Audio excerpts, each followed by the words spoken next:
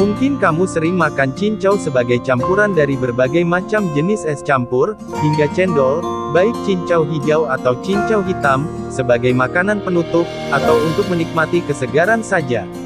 Tapi apa kamu tahu bahan dasar kedua cincau tersebut, terbuat dari apa?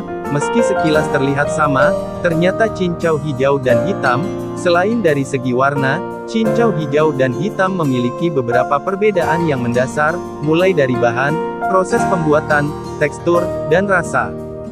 Di sini akan dijelaskan beberapa perbedaan tersebut, jadi silakan simak sampai selesai.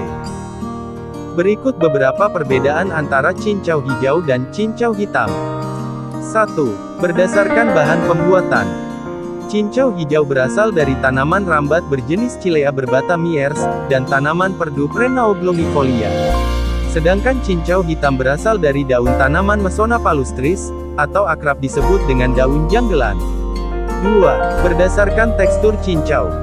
Kalau dilihat sepintas, tekstur cincau hijau dan hitam memang terlihat mirip, namun ketika dimakan, baru cukup jelas terasa perbedaannya. Cincau hijau memiliki tekstur tidak tahan lama, licin, lembek, dan mudah hancur, yang membuatnya agak sulit untuk dipotong. Sehingga cincau hijau lebih mudah diambil dengan menggunakan sendok.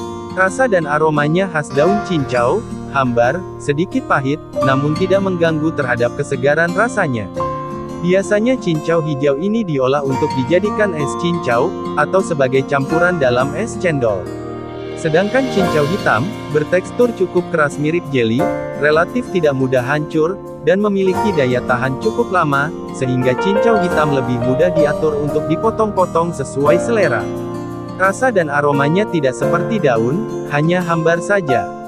Cincau hitam bisa dipakai sebagai campuran, hampir di semua jenis es campur.